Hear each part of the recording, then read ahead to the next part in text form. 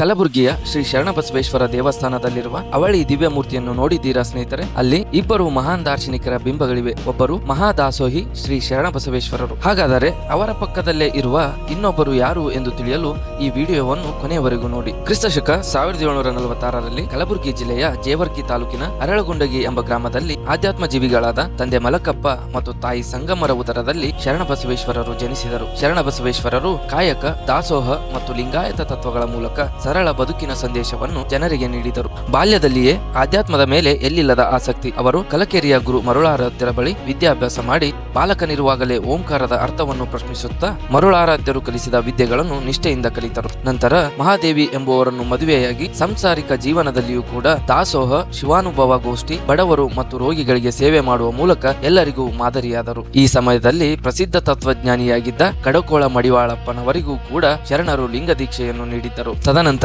ಶರಣಬಸವೇಶ್ವರರ ಪತ್ನಿ ಮತ್ತು ಮಗ ಅಕಾಲಿಕವಾಗಿ ಅಗಲಿದ ಬಳಿಕ ಅರಳಗುಂಡಗಿ ಗ್ರಾಮದ ಋಣ ತೀರಿತೆಂದು ತಿಳಿಸಿ ಶಿವನ ನಾಮ ಜಪಿಸುತ್ತಾ ಕಲ್ಯಾಣದ ಕಡೆಗೆ ಪಯಣ ಆರಂಭಿಸಿ ಕೊನೆಗೆ ಬಂದು ನೆಲೆ ನಿಂತದ್ದು ಕಲಬುರಗಿಯಲ್ಲಿ. ಶರಣರ ಅಪ್ಪಟ ಶಿಷ್ಯರಾದ ದೊಡ್ಡಪ್ಪ ಗೌಡರು ಶರಣರಿಗೆ ಆಶ್ರಯ ನೀಡಿ ಕಲಬುರಗಿಯಲ್ಲಿ ನಿತ್ಯವೂ ಅನ್ನದಾಸೋಹ ಮತ್ತು ಶಿವಾನುಭವ ಗೋಷ್ಠಿ ನಡೆಸಲು ಸಹಕಾರ ನೀಡಿದರು. ರೋಗದಿಂದ ಬಳಲುತ್ತಿದ್ದವರಿಗೆ ಆರೋಗ್ಯ ಮತ್ತು ಮಕ್ಕಳಿಲ್ಲದವರಿಗೆ ಸಂತಾನ ಭಾಗ್ಯ, ಹೀಗೆ ಹಲವಾರು ಪವಾಡಗಳನ್ನು ಶರಣರು ಮಾಡಿದರು. ಭಕ್ತನು ಒಮ್ಮೆ ಶರಣರಲ್ಲಿ ತಕ್ಷಣ ಮಗ ಬೇಕೆಂದು ಆಶೀರ್ವಾದ ಕೇಳಿದಾಗ ದೊಡ್ಡಪ್ಪ ಗೌಡರ ಮಗನನ್ನೇ ದಾನ ಮಾಡಿ ಶರಣರು ಮತ್ತು ದೊಡ್ಡಪ್ಪ ಗೌಡರ ನಡುವಿನ ಗುರು ಶಿಷ್ಯರ ಸಂಬಂಧ ಲೌಕಿಕ ಜಗತ್ತಿಗೂ ಮೀರಿದ್ದು ಎಂದು ಸಾರಿದರು. ಹೈದರಾಬಾದ್ನ ನಿಜಾಮರು ಕೂಡ ಶರಣಬಸವೇಶ್ವರರ ದಾಸೋಹವನ್ನು ಕಂಡು ಅವರ ಪಾದಗಳಿಗೆ ನಮಿಸಿದ್ದರು ಎಂದು ಹೇಳಲಾಗುತ್ತದೆ. ಶರಣಬಸವೇಶ್ವರರ ದಾಸೋಹದಿಂದ ಕಲಬುರಗಿಯು ದಾಸೋಹದ ನಾಡಾಗಿ ಬದಲಾಯಿತು. ಕೊನೆಗೆ 1822 ಮಾರ್ಚ್ 11ರಂದು ಶರಣಬಸವೇಶ್ವರರು ಲಿಂಗೈಕ್ಯರಾದರು. ಅದೇ ದಿನವೇ ಗುರುಗಳಾದ ಮರುಳಾರಾಧ್ಯರು ಕೂಡ ಕಲಕೇರಿಯಲ್ಲಿ ಲಿಂಗೈಕ್ಯರಾಗುತ್ತಾರೆ. ಮುಂದೆ ಶರಣಬಸವೇಶ್ವರರ ಸಮಾಧಿಯ ಮೇಲೆ ದೇವಸ್ಥಾನ ನಿರ್ಮಾಣ ಮಾಡಲಾಗುತ್ತದೆ. ದೇಗುಲದಲ್ಲಿರುವ ಅವಳಿ ದಿವ್ಯ ಬಿಂಬ